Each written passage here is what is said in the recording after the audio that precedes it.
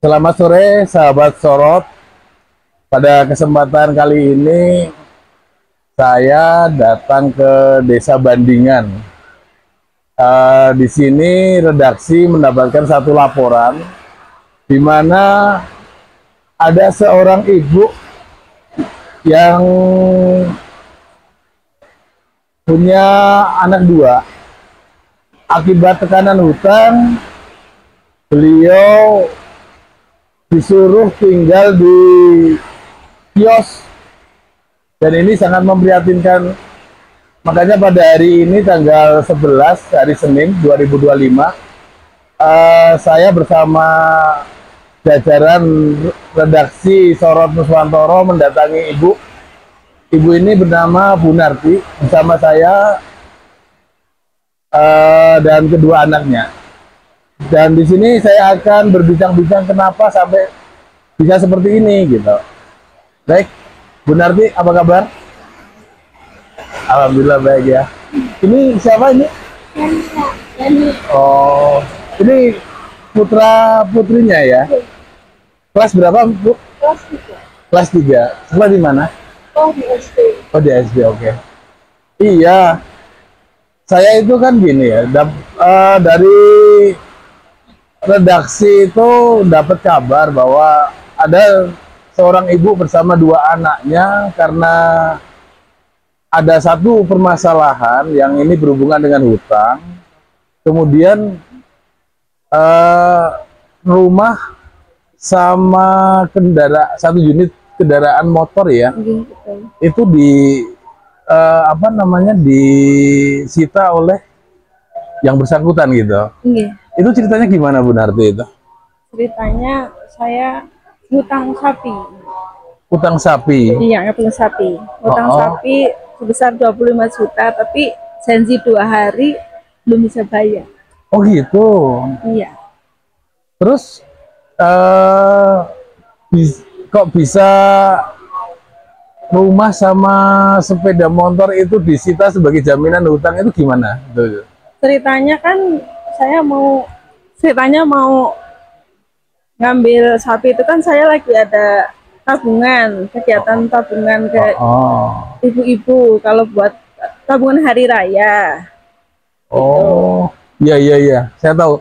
Biasanya kan ibu-ibu nabung duit Lebaran buat beli sapi gitu ya. Nanti Iya. disembelih, dibagi-bagi sesuai dengan tabungannya gitu ya. Iya, kayak gitu. Oke. Ini kan koordinator ya.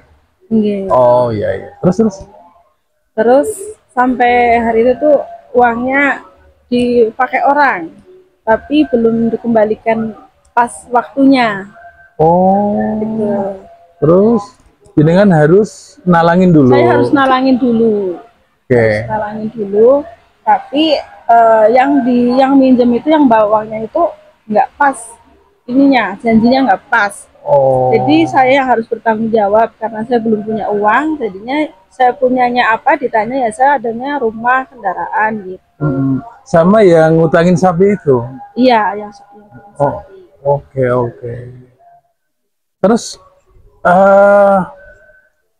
sejak kapan jenengan itu rumahnya disuruh ngosongin, terus sekarang suruh tinggal di ruangan yang sesempit ini dengan dua anak, itu sejak kapan?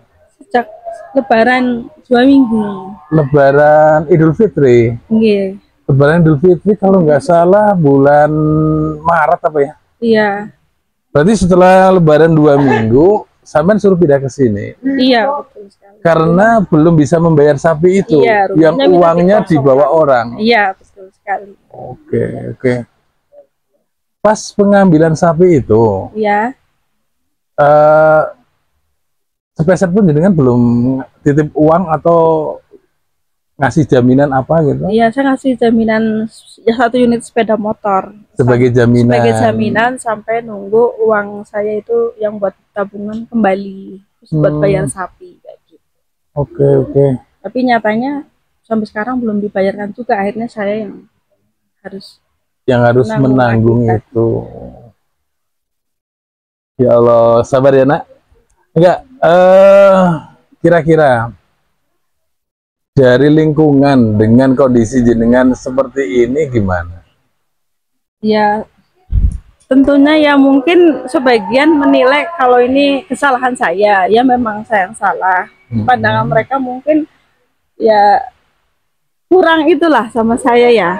Akhirnya Kayak kayak eh, merendahkan lah ya begitu. Karena efeknya ya kayak mengucilkan. Karena saya sendiri pun kan usahanya ini jual kue, juga itu menurun drastis. Kayak mau beli kayak mau takut, kayak nggak mau beli, kayak semacam itulah, intinya seperti menjauh gitu. jenengan sebagai koordinator untuk arisan tiap lebaran itu sudah berapa lama? 2 tahun. 2 tahun. Berarti ini tahun yang kedua Iya. jenengan jadi koordinator. Kebetulan ada sedikit masalah karena uang yang harusnya buat beli sapi dipinjam seseorang, Iya. dan tidak sesuai dengan janjinya. Dan jenengan pun harus tetap mengadakan daging sapi itu. Iya betul. Terus jenengan pinjam ke orang itu dalam wujud sapi ya? Iya. Oke. Terus apa ndak bisa dibicarakan baik-baik? Artinya tentunya ini kan urusan utang piutang ya. Iya betul sekali. Toh jenengan nggak akan kemana-mana nih. Jenengan juga sudah memberikan jaminan 1 unit sepeda motor yang mungkin nilainya kurang lebih berapa itu unit sepeda motor itu? Kalau unit sepeda motor ditaksir berapa? Ditaksir sekitar 25, 27 atau 28 lah. 25-28 juta ya? Iya, tergantung kondisi. Enggak. Kok bisa sampai setega itu? Iya, saya udah bicara, udah minta tolong baik-baik sebenarnya. Ya kenal juga sih ya, harusnya. Yang bersangkutan jenengan kenal? Iya, mau. Temen, dari kecil, kawan? temen sekolah. Dari kecil udah temen. Tapi karena alasannya di sana kan itu sapinya kan ada yang ngaritin. Jadi mungkin kerjasama sama yang ngarit, terus yang ngarit itu uangnya mau dipakai, jadi harus ada uang, nggak mau tahu seperti itu. Upaya yang pernah ditempuh apa, Mbak Narti, untuk memediasi permasalahan jenengan dengan yang bersangkutan, supaya ya ini sangat memprihatinkan sekali ini pemirsa, karena beliau seorang single parent dengan 2 anak kembar yang masih kecil-kecil. Usia berapa? 9 tahun. 9 tahun semua? Ya. Anak kembar ya? Kembar. Nah, harus dipaksa tinggal di sebuah kios, di mana kios ini untuk produksi kue. Iya, betul. Jadi dari setelah Lebaran itu saya tinggal di sini. Ya, ini harapan kami dari redaksi ya, ini menjadi satu perhatian untuk semuanya, terutama mungkin pemerintahan setempat, bahwa sebenarnya semua orang punya masalah, tapi kalau cara penyelesaiannya ini buat saya terlalu berlebihan. Ini pandangan saya pribadi. Karena apa? Satu sisi sudah ada etikat baik dari Bu Narti ini dengan menjaminkan 1 unit sepeda motor yang taksiran harganya 25-28 juta lah, yaitu artinya tidak ada niat tujuan apapun untuk ya ini upaya tanggung jawab Bu Narti gitu. Terus kira-kira sejauh ini sudah apa aja yang dilakukan, jalur koordinasi yang sudah pernah ditempuh? Saya dengar-dengar sudah ada perjanjian segala, itu gimana itu? Iya, ada perjanjian. Kalau misalkan sebenarnya udah minta baik-baik, motornya di situ nggak apa-apa sampai kita lagi usaha uang kayak gitu. Cuman ya nggak mau tahu, harus ya rumahnya dikosongkan, jadi rumahnya mau dijual aja. Jadi kemarin saya menguasakan ya udah kalau mau dijual tapi jangan terlalu murah gitu. Utang 25 juta minta surat kuasa jual rumah. Iya. Nah, sini rumah itu pasaran berapa? Pasaran sekitar 150. Ini kan udah di dak atasnya. Oh. 150 sampai 200 ya, tapi melihat belum rapi, mungkin ngarah seperti ya mungkin 150 juta. Enggak, jenengan, mohon maaf, Nggih. masih ada saudara enggak? Saudara ada, tapi saya kan anak pertama. Oh, yang pertama. Iya. Orang tua masih? Tinggal ibu. Kalau yang satu udah meninggal. Bapak udah meninggal? Iya. Enggak. Kira-kira nih, Bu Narti, yang bersangkutan sampai sebegitunya gitu. Mungkin apa karena jenengan dianggap tidak mampu membayar hutang itu, atau pas jenengan ditagih, atau mungkin ada sikap yang kurang proaktif. Tapi saya rasa enggak, kalau kurang proaktif saya rasa enggak, karena dengan adanya menjaminkan 1 unit sepeda motor itu sudah bentuk etikat baik dari beliau ini. Tapi sampai mendesak untuk menjual rumah, terus kalau rumah dijual mau tinggal di sini terus. Iya. Dede gimana sayang? Ini katanya di sekolahan sering diledekin temennya, katanya dijauhin. Di sekolah dijauhin. Ya, katanya miskin ya. Terus dari teman-teman? Teman-teman pada nggak mau main ya. Iya, iya deh. Teman-teman nggak mau. Katanya apa? Tidak, nggak punya apa? Nggak punya rumah. Punya rumah, nggak punya motor, miskin. Nggak punya rumah, nggak punya motor, orang miskin. Ya Allah. Tapi ini nanti mohon maaf, wajah anak-anak ini kami blur karena ini hubungannya nanti dengan unit PPA, dan harapan dari redaksi semua pihak tidak tinggal diam melihat hal ini. Permasalahan bisa dibicarakan dan ada solusinya, dan ketika penekanan sudah seperti ini terlalu berlebihan. Baik sahabat, dari redaksi mungkin menyampaikan kabar seperti itu. Semoga ini tidak terjadi di keluarga kita ataupun di masyarakat lain. Ini menjadi satu pembelajaran bahwa di samping situasi sekarang yang memang ekonomi lagi kurang menentu, dan permasalahan perdata sampai harus yang menjadi korban anak-anak, sampai Bu Narti ini dalam tanda petik ada efek sosial, dan di sini sangat berdampak terhadap usaha beliau sebagai pengusaha roti ya Bu. Iya. Baik sahabat, untuk selanjutnya nanti redaksi akan coba menghubungi beberapa pihak-pihak terutama yang bersangkutan, atas dasar apa dia tega itu melakukan hal ini terhadap Bu Narti berikut dengan kedua anak yang masih di bawah umur. Saya Ali dari Sorot Nuswantoro, salam. Baik, saya atas nama keluarga, perwakilan keluarga merasa miris, merasa prihatin sekali atas apa yang dirasakan oleh keluarga saya sampai seperti ini, atas perbuatan orang tersebutlah, yang mana pihak perbankan saja melalui mekanisme produk hukumnya jelas juga tidak semena-mena, tidak melakukan apa yang sudah terjadi pada keluarga saya.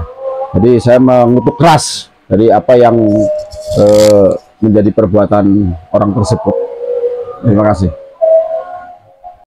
Saya atas nama dari Majelis Bombong yang sering melakukan pendampingan permasalahan utang piutang, sangat miris sekali ketika melihat kejadian ini, bahwa apa yang dilakukan orang tersebut dengan semena-mena, mengambil alih rumah atau menguasai aset dari ibu tersebut, menguasai aset rumah yang seharusnya sebagai tempat tinggal yang layak untuk keluarganya. Dan hari ini saya melihat secara langsung ibu dan 2 orang anak yang tinggal di tempat yang sempit, rintihan mereka akan menjadi laknat buat orang yang memperlakukan itu. Dan harapan kami buat seluruh pemirsa, rekan-rekan kami dari firma hukum Kalimat Sada, dari media group, dari semuanya ikut membantu, mensekuyung untuk membantu Ibu Narti yang sedang menurut saya terintimidasi karena hal tersebut. Mudah-mudahan rekan-rekan bisa membantu untuk melakukan upaya hukum, karena bank saja untuk melakukan eksekusi jaminan harus melalui proses hukum di pengadilan. Mudah-mudahan saya doakan banyak dukungan dari masyarakat dan teman-teman untuk membantu Bu Narti atas apa yang dialami. Demikian, terima kasih. Mas Fajar, ini daripada beliau terlantar nyun sewu tinggal di sini, mending rumah kita coba untuk masuki Mas ya, biar nanti Bu Narti bisa masuk ke dalam rumah, karena seperti apapun secara legitimasi hukum rumah itu masih haknya Bu Narti. Ya, betul. Daripada anak-anaknya tinggal di sini, karena ini juga termasuk pelanggaran PPA ini Mas. Ya, ya. Kita suruh masuk aja, ini video buat bukti nanti bahwa kita dan rekan-rekan siap membantu dan mendampingi Mas ya. Ya, ya. Oke. Yuk. Ya.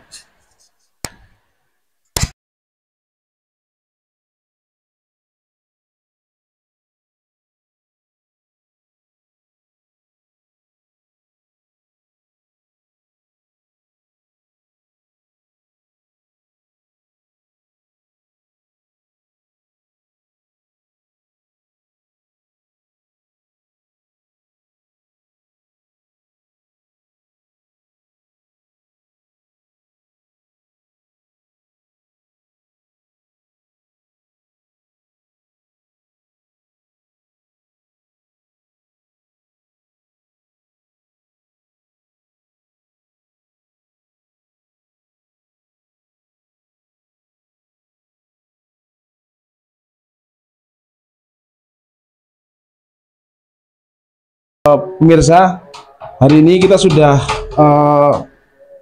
upaya paksa masuk ke dalam rumah yang masih milik haknya Ibu Narti, biar Ibu Narti dan anak-anaknya bisa tinggal di sini di tempat yang layak, karena mereka juga membutuhkan tempat yang layak untuk tinggal, karena ini masih anak-anak. Ada dampak psikologis anak-anak yang memang ketika tinggal di sana, apalagi banyak teman-teman yang membuli gitu Mas Fajar. Ya, betul. Apalagi Mas mau disampaikan? Ya, intinya saya sudah menyaksikan sendiri dan mengucapkan banyak terima kasih pada rekan-rekan semuanya dari Majelis Bombong, dari rekan-rekan media, khususnya dari media group. Tentunya sudah meluangkan waktu untuk bisa menyaksikan apa yang terjadi di keluarga saya. Seperti itu. Kalau misalkan nanti ada tekanan-tekanan, pressure dari yang bersangkutan, kami siap, kami dengan rekan-rekan siap untuk melakukan upaya apapun. Ini bicara masalah kemanusiaan, kita bicara masalah sosial. Mereka masih perlu diperjuangkan hak-haknya. Pokoknya kalau misalkan nanti ada pressure lagi Mas Fajar ya, siap. Kita siap turun ya Mas ya. Siap. Siap untuk melakukan upaya hukum apapun. Terima kasih.